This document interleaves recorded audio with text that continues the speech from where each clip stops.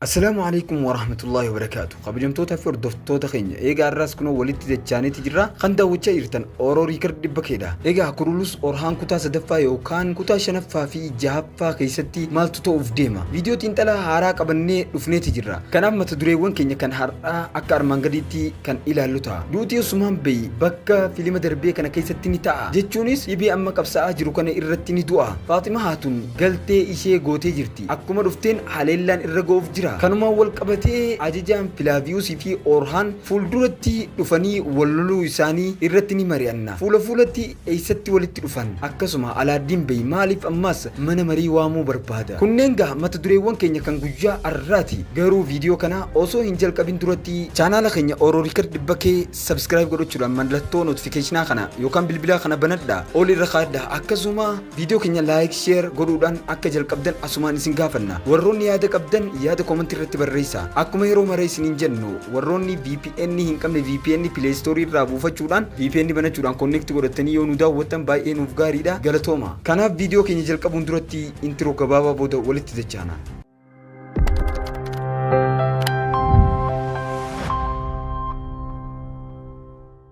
السلام عليكم ورحمة الله وبركاته. إيجا ولدت جاني تجرا أصوت إنت لكن كان أرا كان كتا أرتين تين درتي واي كتا لما فايو كان سدي في عفري تقولين هادو بنو كتا لما فاي نيتو مها أوفنو أصو واي إنت لكن بيك تتي وانتنو تدوب بني لغاتو إيسا أكمل كنائني هوبتوتا كتا لما فاي إلى الجزيت إنت لكن يس باي إمل كايرا واي سدر كايو دوب بني غرو إلى الجكينيان يو بيكو بربادن كتا سنة باي إجالني توري أكاتان أورهام بي بوران بي اتبراري في أكاتان إسان اتسين nanis mala qabatamaa ture akkaataan isaa walii galan nutti tole eegaa bakka sanitti waan na dinqisiise keessa yeroonii fi masaraa keessa akka nama gabbuutti Filaaviyuus shawwadee deebi'esan baay'ee na dinqisiise kana malees kutaan sun gaarii ture garuu sadarkaan isaa kutaa jalqabaa wajjin wal bira qabamee yoo ilaalamu gadi aanaa ture jechuun YouTube irratti sadarkaan isaa torbeedhaan kaayamaa waan deemuuf chaanaala Kurulus Orhaan irratti jechuudha kan torbee darbeetii fi kan torbee kanaa wal bira qabamee ilaalame kan torbee darbee baay'ee caala kan torbee kana ammoo ilaalamuun isaa gadi aanaa ta'ee mul'ateeti jira.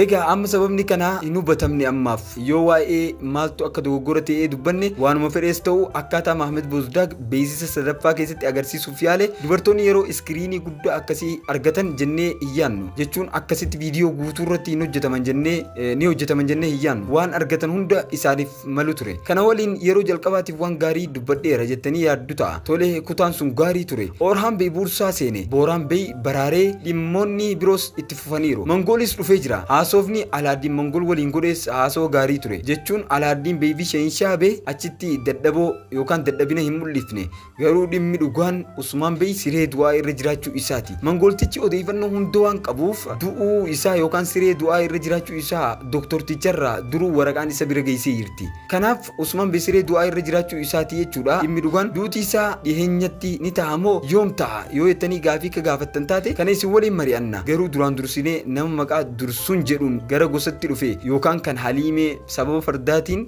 wal baransan jechuudha. Dursun san ammas shakkii akka qabnu isinitti haa himnu. Haliimee kiyyootti galchuu barbaade yookaan faayidaa tokkoof fayyadamuu barbaade jennee yaanna. Diina ta'uu akka danda'u beekamaadha. Ammaaf gosa seenee achitti hojii kennameefii jira yookaan Haliimeen akka hojii harkatu taasifteeti jirti. Maalumaaf kutaa lammaffaa yookaan kutaa 3 fi 4 jennee kan nuti waamnu kana kutaa madaalawaa akka ture natti dhagahama. Yoo barbaaddan lakkoofsaan 10 keessaa 7 kennuu dandeenya. Torbani kennaaf sadarkaa kennameef gadi aanaa ture garuu torbaan dhufu sadarkaan fooyya'aa ta'uu yoo seenaa keessatti wanti gaariin agarsiifame yookaan filima keessatti wanti gaariin agarsiifame sadarkaan torbee dhufu fooyya'aa ta'uu danda'a. Kanaan waliin kutaan lammaffaa keessatti boolli tokkos gara buursatti akka deemu yookaan boolli masaraa buursaa keessaan ittiin bahanii ittiin deebi'an tokko bakka isaan itti bahaniin baranneeti jira yookaan loltoonni akkuma barataniin achirratti gaa sareen sun baay'ee badduudha. Saree san ammallee itti fayyadamaa jiranii saree san sababa saree saniitiin boolla sana loltoonni silaa gabaasuuf kaan qabamaniiti jiru achitti du'aniiti jiru jechuun bulchitoonni yookaan ajajoonni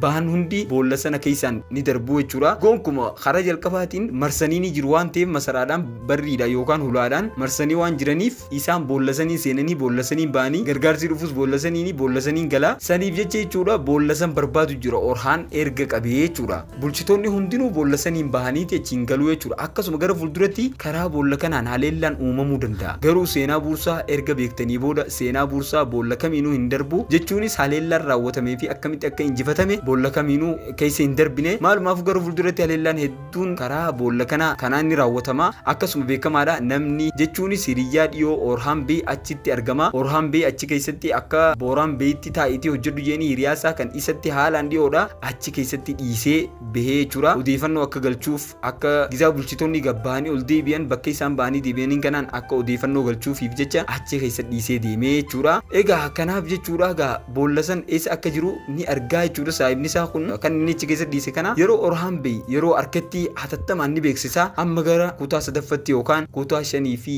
6 kan torbee dhufuuf deemu kana keessatti maaltu ta'a mee karaa kanatti haa ceenu. Kutaa sadaffaa keessatti nuti amma kutaa sadaffaa inneetuma haa yaamnu. Kutaa sadaffaa keessatti maaltu ta'a? Orhaan Bey yeroo ammaa ajajaas ta'ee waan gosa sana harka isaa keessaa akka hin qabne ni beektu. Ajajaan irraa fuudhamtee jirti. Usmaan Beyleen akka loltuu tokkotti ni ilaalamta yookaan loltuu tokkorraa garaagarummaa hin qabdu jedheeni itti dubbatee ture. Sangaa isinillee ni beektu jechuun ammaaf wanti inni qabu Usmaan Bey yookaan ajaja Usmaan Bey itti kenne qofa raawwachuudha. Booraan Bey nagaan deebisee fidee jira. Ajaja Booraan Bey itti kennamee jiru fideeti jira. Garuu yeroo kana waajjirri muummee sababa Orhaan Bey qofaan akka baraarame ni beektu jechuudha. Sheehin Shaah Bey galata isaa fudhachuuf yaalullee yookaan Sheehin Shaah Bey maqaa ifi godhuu yoo barbaadellee garuu ammaaf beeysa kutaa itti aanuuf arguun Orhaan Bey waan hin dhaabbanne fakkaata. Amma Bizaantii dhiisee Mongool irratti duuluuf murteessee jira. Waa'ee Mongool kana boodanii dubbanna. Dura waa'ee Usmaan Bey haa dubbannume. Akkuma beektan Usmaan Bey dhukkubsatee jira. Sababni dhukkuba isaas kan isaa osoo hin taane yookaan dhukkuba uumamaan itti dhufe osoo hin taane Mongool sana yookaan fayyisaa doktorticha sana kan Mongool achi keessa kaa'essan sababa isatti akka dhukkubsatees ifaadha jechuudha. Akkuma achi keessatti gartan Orhaan Bey shakkee Niilfar Haatunii fi Haliimee jala kaa'ee ture. Sababa inni itti jala kaa'ee sababa yeroo inni jechuudha seefii qabatee ol seenu san doktortichi bakka sanuu gaawuntii harka kaayatee isa shukkuumaa ture. Maaliif gaawuntii harka kaayataa inni kun dawaa godhachaa jira malee maaliif gaawuntii harka kaayata jedhee yaaduu ture. Ergas booddiigaa jalqaba gaa yaadni kunillee hin dhufnee fi abbaan isaa yeroo masani inni yeroo itti dubbatu gurbaan Mongool dhufee yeroo masana achi qilliffaa'ee jechuudha. Duraan amala kanan qabu akkasuma Haliimeellee achi duratti Niilfar Haatunillee achi duratti amala kana abbaan hin qabu jetteen turtee waan kana duruu hin qabu sabanuma kana yookaan dhiyeenyatti akka itti dhufee dubbatteeti turte. Sababa kanaaf jechuudha gaa Orhaan shakkee akka isaan hordofan taasisee hordoffiin isaanillee milkaa'ee fi jira jechuudha. Kanaaf gaa dhukkubni isaa kan isaa osoo hin taane sababni kan dhukkuba Mongool kana inni basaasa Mongoolotaaf achi keessa jirudha. Ogeessa qorichaa isaaf kennu sanaaf waan haala isaa hammeessaa jirus kennaa jiraachuu isaa beekamaadha. Waan dhukkuba jechuudha isa ta'u jechuunis Usmaan Bey uumamaan dhukkubsataa miti.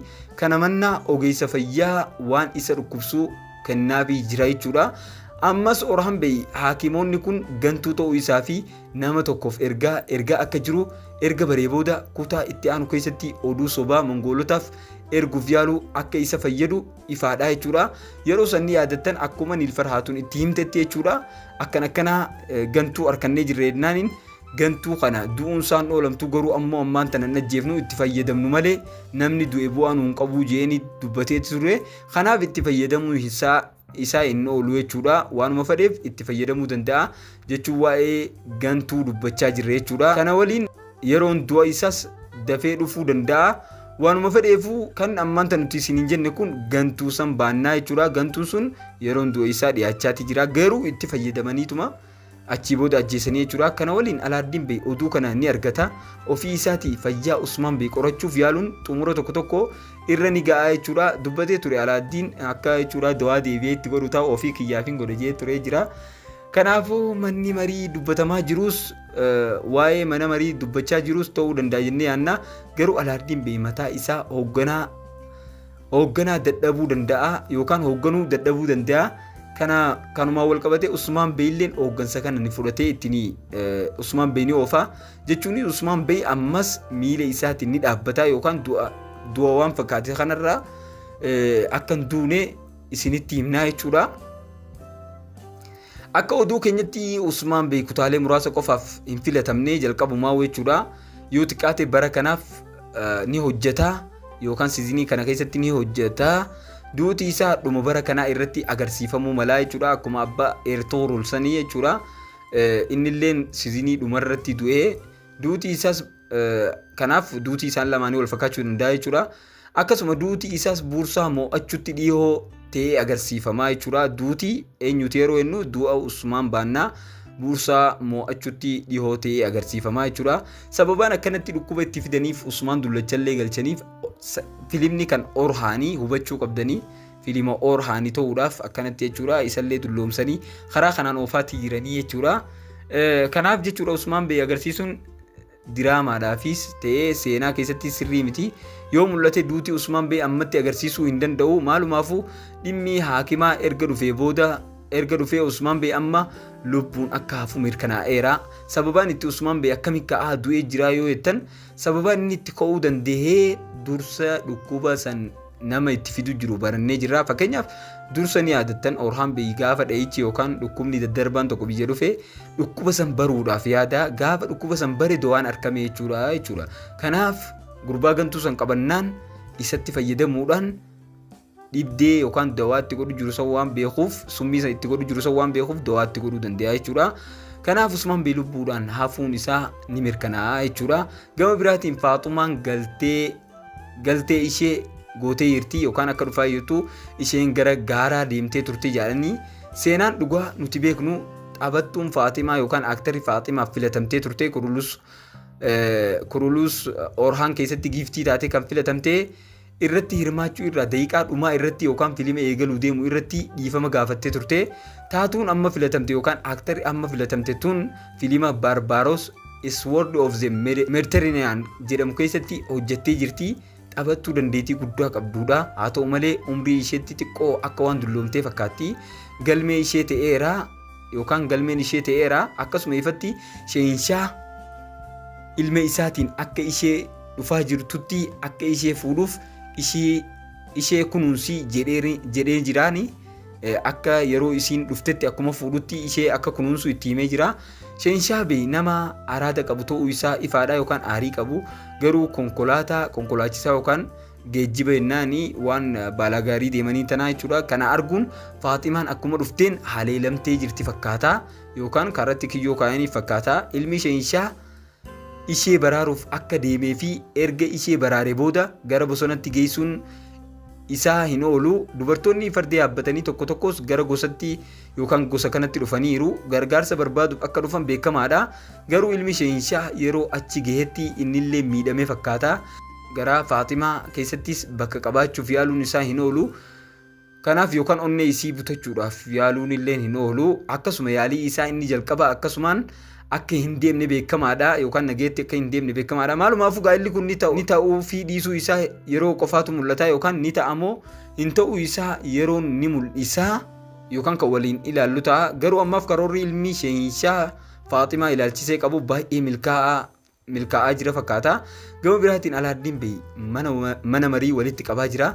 Maalumaatuun immoo isa dhaabuuf yaalaa jirti.